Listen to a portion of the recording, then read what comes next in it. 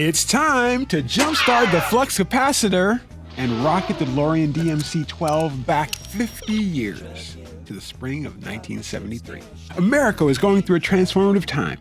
The Vietnam War had finally ended, while the Watergate scandal was reaching a boiling point back home in the nation's capital. For San Francisco band The Grateful Dead, it was a similarly transformative time, but for different reasons.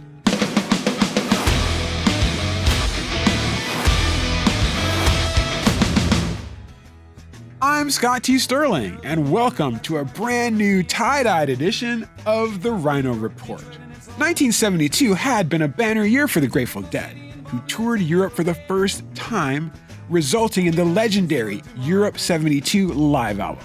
In March of 1973, however, the good times ceased to roll with the tragic death of Grateful Dead co-founder Ron Pigpen McKiernan, who passed away less than a year after his final performance with the band in 1972.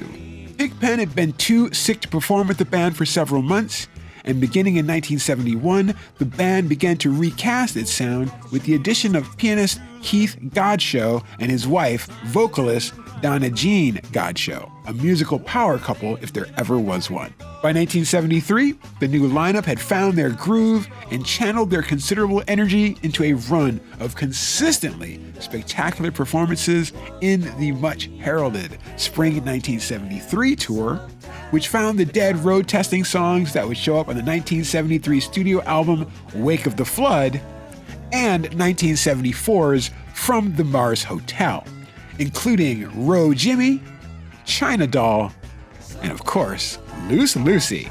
The band was particularly dialed in for the tour's final 5 shows, which RHINO and Grateful Dead Productions are proud to announce will be released as Here Comes Sunshine 1973, a 17 CD collection available now for pre-order and set for release on June 30th.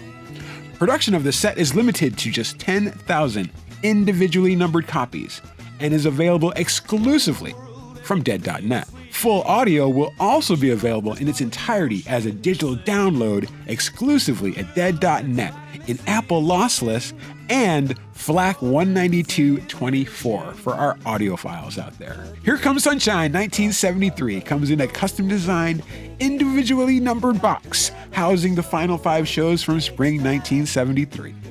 Iowa State Fairgrounds, Des Moines, Iowa, Campus Stadium, UCSB, Santa Barbara, California, Kezar Stadium, San Francisco, California, and Robert F. Kennedy Memorial Stadium, Washington, D.C. for 2 shows. The June 10th tour finale at RFK Stadium is famous for clocking in at over 4 hours and a full third set encore featuring guest appearances by none less than Dickie Betts and Butch Trucks of the Allman Brothers, who were the show's opening act.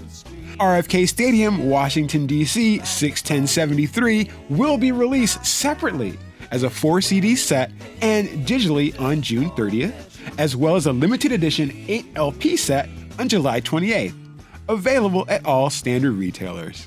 Fun fact, Here Comes Sunshine 1973 covers one of the Grateful Dead archivist and legacy manager David Lemieux, hey David, one of his favorite eras. Listen for yourself as a previously unreleased performance of the classic Ramble on Rose from the RFK 6/10/73 show is available right now on digital download and streaming services.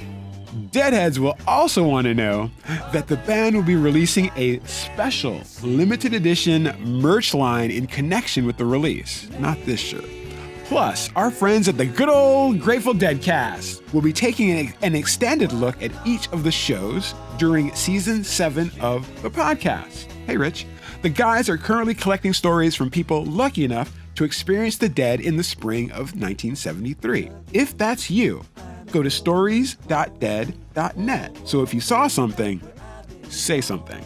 And wait, there's even more. The Grateful Dead is now officially on TikTok. You can follow the band at @Grateful Dead, where they are posting some new and very fun content. Let us know in the comments below when you saw the Grateful Dead in concert. Inquiring minds want to know. Tell us your story. Don't forget to like and subscribe if you want to keep on trucking with us rhinos.